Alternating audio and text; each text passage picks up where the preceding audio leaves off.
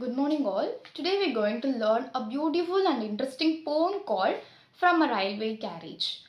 And before getting into the poem, you all imagine you are sitting near a train window and the train started to move slowly, then faster, and then the train moved very fast.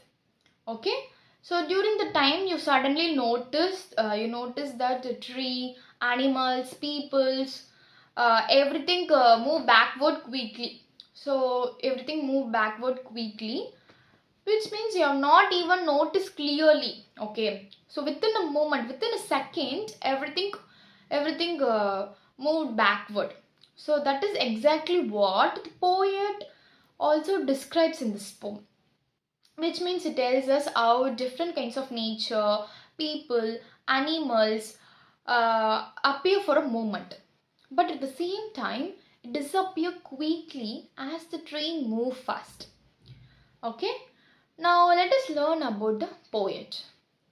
This poem was written by Robert Louis Stevenson, and he is a famous Scottish writer. He lived from 1815 to 1894, and he also liked to write adventure stories, and he also write some kinds of poems for the childrens. So if you need take notes means you take his famous books called Treasure Island, Kidnapped, A Child's Garden of Verses. So these are the famous books of Robert Louis. Now let us understand what this poem is about. So basically this poem describes a journey in a fast moving train. So during the journey, a poet observed many things outside the window, such as hills, animals, peoples, house, rivers. So these kind of things was observed by the poet. Okay, but at the same time the train moves fast. So each scenes can be seen for a short moment only the poet observed. So the poem captured the speed and beauty of traveling in the train. Okay, before getting into the poem, let us understand some difficult words, so that will help us to uh, give the exact meaning and understand of the poem stanza. Okay, so in this poem the word mentioned farriers. Farriers means imaginary magical creature from stories. So and then the word witches, I think you all know the meaning of witches. So the woman who believed to have magical power, magic in the cartoons, and then in the movie also you have seen the witch character, right? Next, the word ditches. Ditches means like a small arrow channels beside roads or the field. So that is called ditches. And then meadows. Meadows mean it is open grass where animal often used to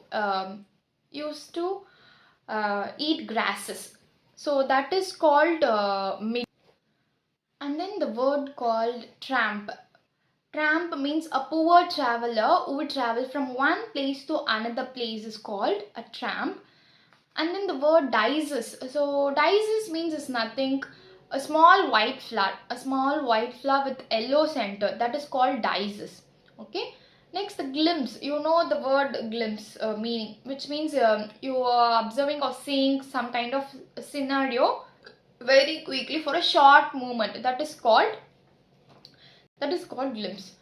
Now let us read the poem stanza, and through that we can understand what the poem and what the message given from the author. So now let us read the first stanza. You all listen. Faster than farriers, faster than witches, bridges and houses, edges and ditches, and charging along like troops in the battle, all through the meadows, the horses and cattle. In the very first line of the poem itself, it comes to know that the poet says that the train moves faster than farriers and faster than witches. So why do you think he says that? Because fairies and witches both in the story are known for moving very fast with magic. So here the poet is trying to show the extreme speed of the train. So he comes to mention that the speed of the train in this poem. So as the train moves, we see bridges, houses, edges and ditches passing quickly, right? And also the poet compare this train with a soldier who rushing into a battle. I think you all seen the war, right? So in the war, the soldiers run quickly with power. With power, they quickly run and rush, right? So likewise, the train also charges forward with great speed. So in the first stanza, it describes about the speed of the train, and then he compared the train with the soldier. So I hope you all clear with the first stanza, right? Now we can move with second stanza. All of the sides of the hill and the plain fly as thick as drive and rain, and ever again in the winkle of an eye, painted station whistle by. So in the second stanza, here the poet says that they fly as thick as driving rain. So think about heavy rain during a storm. So the raindrops fall very quickly and continuously, right? So the same way, many scenes appear one after another very fast. How the raindrops will fall very quickly and continuously. Likewise, here the train the scenes during the train journey, the scenes appear one after another very fast. Okay. And then the poet also says that the railway station pass by in the blink of an eye, within the blink. So while traveling, sometime when we travel in the train, so we see a station board, right? There will be a station board with a name, right? So we see that station board for just for a second, right? And then what will happen? The train will move fast, right? So this shows that the great speed of the train. Then we can move to the third stanza of this poem. Here is a child who climbers and scrambles all by himself and gathering brambles. Here is a tramp who stands and gazes, and there is the green for stringing the dices. So in the third stanza, the poet begins to describe people he sees outside the train. So he sees a child, one of the child climbing and collecting the berries, and then he sees the tramp. So if you have seen who is the tramp, the poor person who travel from one place to another, so, right? So he sees the tramp, a poor traveler who's standing and looking around.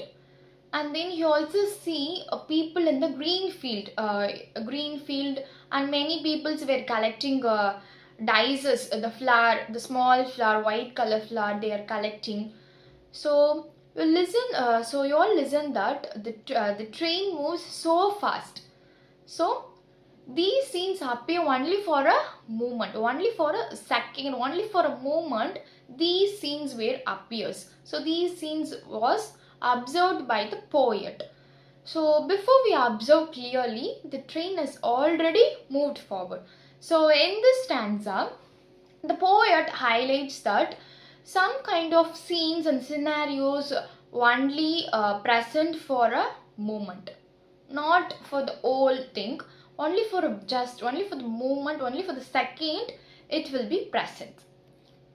I think you all clear with the third stanza. So now we will move on to the last stanza of this poem, the fourth stanza. Here is a cart running away in the road. lumping along with a man and load.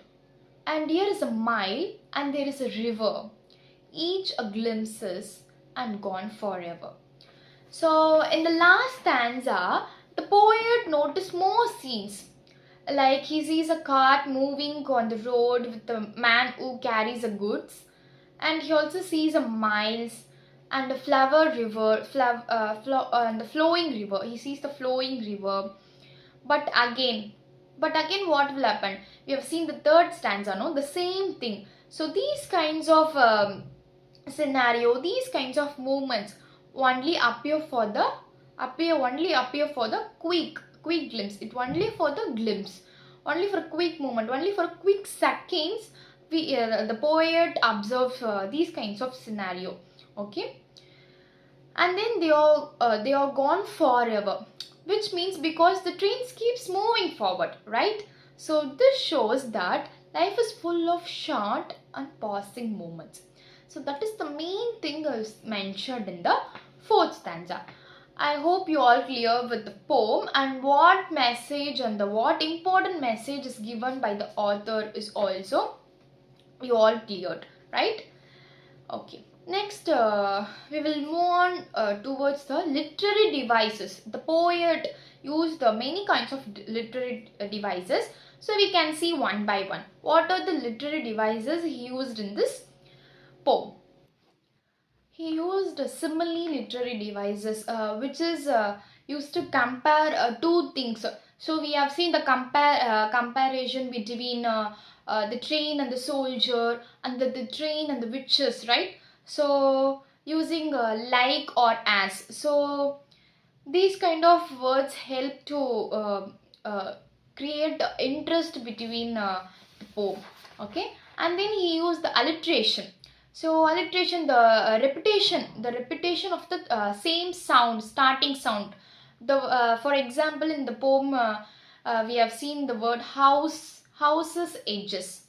So that is the repetition of the same starting sound. Okay, and then the imaginary. He have used the imaginary literary devices. Um, in this poem, he have used word hills, rivers, fields, people. So we can automatically imagine with the word itself. We can imagine the hills and then animals. So this also makes interest the poem. And then repetition. So the repetition means the phrase he used in this poem. For example, here is a car, here is a tramp. So it's mentioned in many places in the poem lines. It's mentioned in many places. So this helps us to feel the continuous movement of the scene and make the poem interest. So it make the poem interest. So that is why he have used these kinds of literary devices. And then we can see the themes of the poem. So for what he mainly talks about, what is specifically mentioned this poem. So we can see the themes of the poem. So he mainly talks about the speed of the train, and then beauty of the nature, and then observing everyday life. The third one is observing everyday life. And then the main purpose and focusful theme is how moments pass very quickly. So in everyday life, how the moment is passed very quickly, and we need to observe each and scenario in our everyday life. So that is the main theme of this poem. Okay, now let us ask you a few questions. Okay, so who wrote this poem From a Railway Carriage? Yes, very good. So the poem was written by Robert Louis Stevenson, right? And the one more question is, what does the poet compare the speed of the train with? Yes, we have already learned that he compared the speed of the train with the witches, the farriers, and then the soldiers, right? So very good. You all understand the poem very well. So I can understand that from your answers itself. Okay. Now to conclude this poem, we can see that what message is actually the poem gives. Okay. So this poem teaches that life moves very quickly. Like we have seen in this poem, like just like a fast moving train, our life also move very fastly. Which we may have beautiful moments, peoples, and experience. So that kind of things will be appear only for a short time, and then what will happen, it will be disappear, right? So we should learn to observe and enjoy the small moment around us. So during a lifetime we need to observe and enjoy the small moment around us, like nature, people, and also a simply daily routine. Also we can observe what are the things happening in our life, and what can how we can create a peaceful and enjoyable moment within our life. So we need to think. So, and also the poem reminds us to appreciate the beauty of the world and value every moment of a journey life. So that is the main moral and theme we learn from this poem. So thank you all.